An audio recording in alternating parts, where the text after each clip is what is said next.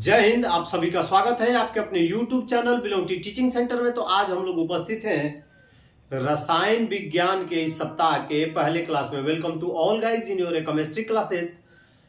उम्मीद है जो भी वीडियो आ रही है इस चैनल पे आप लोग उससे संतुष्ट हैं। यदि आपको कहीं दिक्कत होती है तो कमेंट बॉक्स में कमेंट करके जरूर बताइए, ताकि मैं फिर उससे, यदि आप संतुष्ट नहीं है तो मैं फिर उसे समझा सकूं। जो भी इस चैनल को पहली बार देख रहे हैं इस चैनल को सब्सक्राइब करेंगे, और जो सब्सक्राइब कर चुके हैं ज्यादा से ज्यादा शेयर करेंगे। तो चलिए, हम लोग अभी तक रसायन विज्ञान में ये पढ़े थे कि संतुलित कैसे किया जाता है समीकरणों को, यानी असंतुलित समीकरणों को कैसे संतुलित किया जाता है। हाउ टू बैलेंस्ड और अनबैलेंस्ड इक्वेशन। जब आगे चलेंगे इस चैप्टर में, मैं लास्ट में और बहुत सारे इक्वेशंस को बैलेंस कराऊंगा, संतुलित कराऊंगा। लेकिन अब चलेंगे हम कि आखिर समीकरण के उपयोग से हमें क्या लाभ होते हैं। हमारा जो आज का टॉपिक है वह है कि हम जब रासायनिक समीकरण उपयोग करते हैं, यूज करते हैं, तो उसका लाभ क्या होता है, यानी इंपॉर्टेंस ऑफ केमिकल इक्वेशंस के बारे में जानेंगे कि इसका क्या इंपॉर्टेंस होता है। यदि मैं आपसे कहूं कि हाइड्रोजन प्लस जल, हाइड्रोजन प्लस ऑक्सीजन बराबर जल, या एरो लगाते हैं इक्वेशन में, एरो क्या हो गया, हाइड्रोजन प्लस ऑक्सीजन बराबर जल। इसको लिखने के लिए हमें समय भी काफी लगा और स्पेस भी काफी लगा। यदि इसे हम 2H2 प्लस O2 लिखेंगे तो 2H2O लिख सकते हैं, यानी कि दो अणु हाइड्रोजन जब दो अणु ऑक्सीजन के साथ अभिक्रिया करता है तो बनाता है दो अणु जल। यानी कि किसी रासायनिक अभिक्रिया को रासायनिक समीकरण के रूप में निरूपित करना बहुत ही सरल और आसान होता है। इससे कागज और टाइम एंड पेपर, इन दोनों की बचत होती है बाबू। समय और पेपर दोनों चीजों की बचत होती है। किसमें? जब हम किसी रासायनिक अभिक्रिया को रासायनिक समीकरण के रूप में निरूपित करते हैं तो इसका निरूपण काफी आसान होता है, जिससे कागज और समय दोनों की बचत होती है। ठीक है। The representation of a chemical reaction is done by the use of chemical equation which makes it easy to write and understand it, save a time and paper। किसी रासायनिक अभिक्रिया का निरूपण समीकरण के रूप में आसान होता है, इससे समय और कागज दोनों की बचत होती है। तो पहला आप लोग उपयोग समझ गए कि किस प्रकार से यदि हम समीकरण का उपयोग करते हैं तो उसके पहले लाभ क्या है। दूसरा जो हमारा लाभ होता है कि रासायनिक समीकरण की सहायता से प्रतिफल की एक निश्चित मात्रा के निर्माण के लिए अभिकारकों के द्रव्यमान की गणना ठीक ठीक हो जाती है। सेम रखेंगे एग्जाम्पल, लेकिन हमारा जो मोटिव होगा वो हो जाएगा चेंज। हमें प्रोडक्ट बनाना है दो अणु जल, 2 एटम्स हमें वाटर बनाना है। ठीक है। तो यदि प्रोडक्ट में 4 हाइड्रोजन है तो हमें अभिकारक या रिएक्टेंट्स में लेने होंगे 4 हाइड्रोजन। यदि ऑक्सीजन हमारा 2 into 1 = 2 है, यानी ऑक्सीजन की संख्या 2 है, तो हमें कितने अभिकारक लेने पड़ेंगे? हमें अभिकारक लेने पड़ेंगे 2। तो इधर देखिए, इधर भी 4 हो गया हाइड्रोजन और ऑक्सीजन हो गया 2, इधर भी 2 और 4। तो कहता है कि रासायनिक समीकरण के उपयोग से या रासायनिक समीकरण के सहायता से प्रतिफल की एक निश्चित मात्रा के निर्माण के लिए अभिकारकों के द्रव्यमान कितने होने चाहिए, यह निश्चित एक गणना ठीक ठीक हो जाती है। किसके उपयोग से? समीकरण के उपयोग से। यानी कि रासायनिक समीकरण की सहायता से प्रतिफल की एक निश्चित मात्रा के निर्माण के लिए अभिकारकों के द्रव्यमान की ठीक ठीक गणना हो जाती है। The amount of reactants needed to prepare a product can known actually by a chemical equation. तो किसी भी रासायनिक समीकरण के क्या लाभ हो सकते हैं ये आप समझ गए होंगे। तो चलिए अपनी थ्योरी जो है वो आप लोग जल्दी से जल्दी नोट कर लीजिए।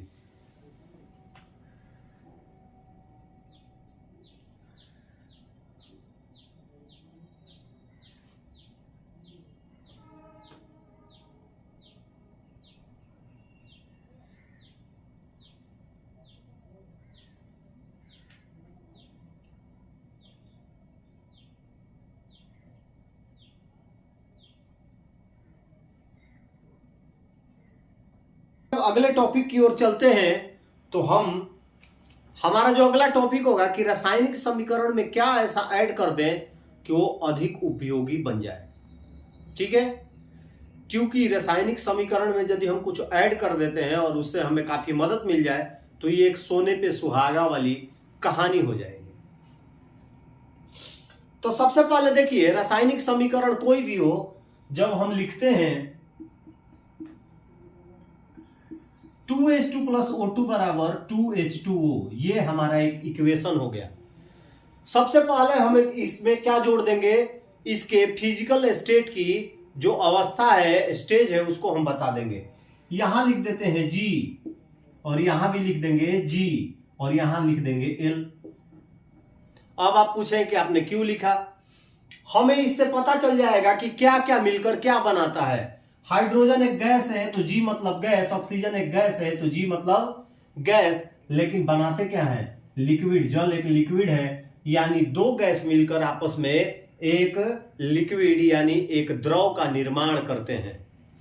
तो यदि हम किसी भी रासायनिक समीकरण में तीन चीजें S, L और G यानी सॉलिड, लिक्विड और गैस जोड़ देते हैं तो हमें पता चल जाता है कि किसी रासायनिक समीकरण में अभिकारक का भौतिक अवस्था क्या है यानी फिजिकल स्टेट क्या है, और जो प्रोडक्ट बन रहे हैं, प्रतिफल बन रहे हैं, उनका अवस्था क्या है।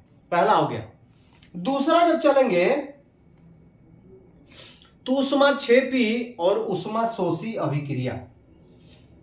कोई कोई ऐसे भी होती है अभिक्रियाएं कि कुछ रासायनिक अभिक्रिया जब घटित होती हैं तो उनके घटने के फलस्वरूप या तो ऊष्मा बाहर निकलती है या तो ऊष्मा उसके अंदर आती है। यानी कहने का मतलब यह है कि ऊष्मा का बाहर निकलना और अंदर आना, इन दोनों चीजों को यदि हम लिख देते हैं तो इससे पता चल जाता है कि किस अभिक्रिया में ऊष्मा बाहर निकल रही है, किस में अंदर आ रही है। तो चलिए हम कुछ लेते हैं। C प्लस O2 मिलके बनाता है कार्बन डाइऑक्साइड प्लस ऊष्मा। यानी कहने का मतलब है कि जब प्रोडक्ट यानी कि प्रतिफल के बाद यदि ऊष्मा हम लिखते हैं तो ये ऊष्माक्षेपी अभिक्रिया है। ये एक्सोथर्मिक रिएक्शन है। तो यदि हम यहां ऊष्मा लिख देते हैं तो इसको और सुटेबल बना सकते हैं। हम किसी रासायनिक समीकरण में जब प्रतिफल के बाद ऊष्मा लिखते हैं तो इससे क्लियरिटी हो जाती है, जो भी पढ़ने वाला रहेगा वो समझ जाएगा कि ये ऊष्माक्षेपी अभिक्रिया है। लेकिन वही जब N2 प्लस O2 प्लस ऊष्मा जब मिलते हैं तो बनाता है 2NO। यानी कि देखिए, जब अभिकारक के साथ ऊष्मा लिखे तो ये हो गया ऊष्माशोषी, यानी ऊष्मा को ये खींचता है तब ये अभिक्रिया घटित होती है। लेकिन जब प्रोडक्ट के बाद ऊष्मा लिखते हैं तो किसी भी रासायनिक समीकरण में जब प्रोडक्ट के बाद ऊष्मा लिखी जाए तो ऊष्माशोषी, और प्रोडक्ट के पहले यानी अभिकारक के साथ ऊष्मा लिखा जाए तो ऊष्माशोषी अभिक्रिया। ऊष्माक्षेपी और ऊष्माशोषी आपको समझ में आ गया होगा।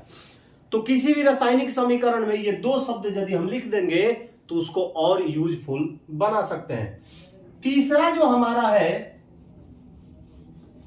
जो तीसरा नंबर पे हम क्या जोड़ेंगे कि हमारा समीकरण और अधिक उपयोगी हो जाए, तो गैस के उत्सर्जन की जानकारी जोड़ते हैं हम।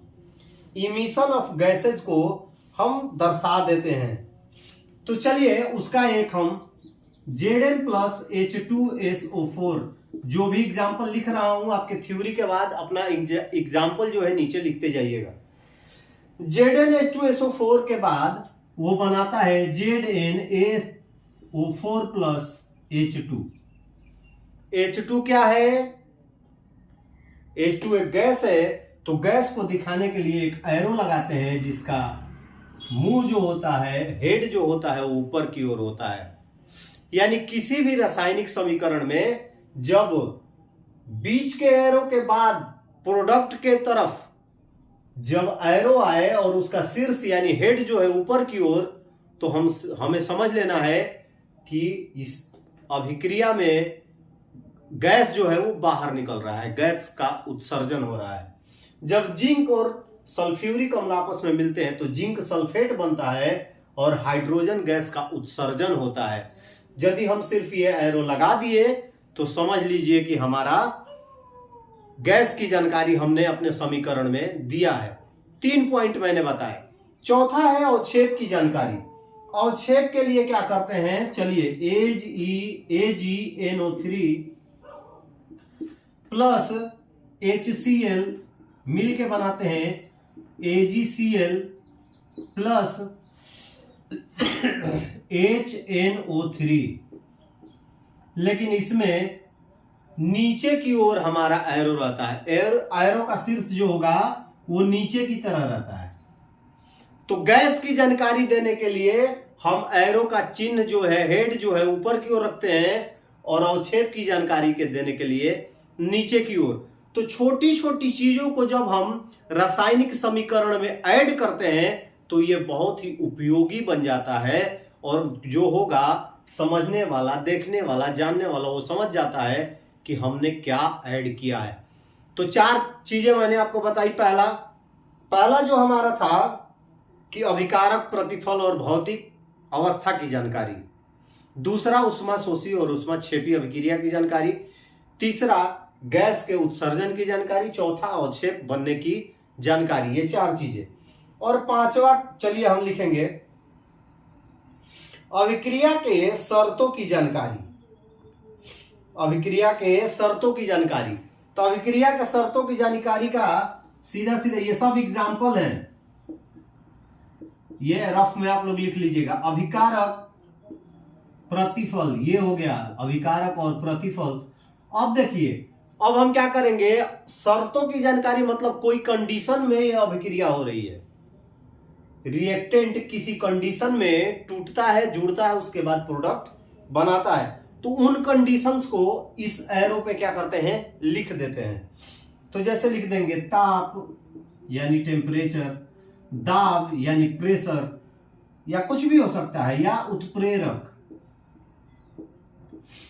यानी किसी भी रासायनिक समीकरण में हम अपने अभिक्रिया के शर्तों की जानकारी एरो पर लिख देते हैं, जिससे हमारा समीकरण जो है काफी यूजफुल बन जाता है। ये देखिए, ये 3 नंबर पॉइंट का आपका एग्जाम्पल है, ये 4 नंबर का है और ये है 5 नंबर का। इसके पहले मैंने 2 बताए थे, आपको याद होंगे, सबको रफ पे लिख लीजिएगा और जैसे आपका थ्योरी आएगा वैसे ही उसके नीचे एग्जाम्पल को लिख लीजिएगा।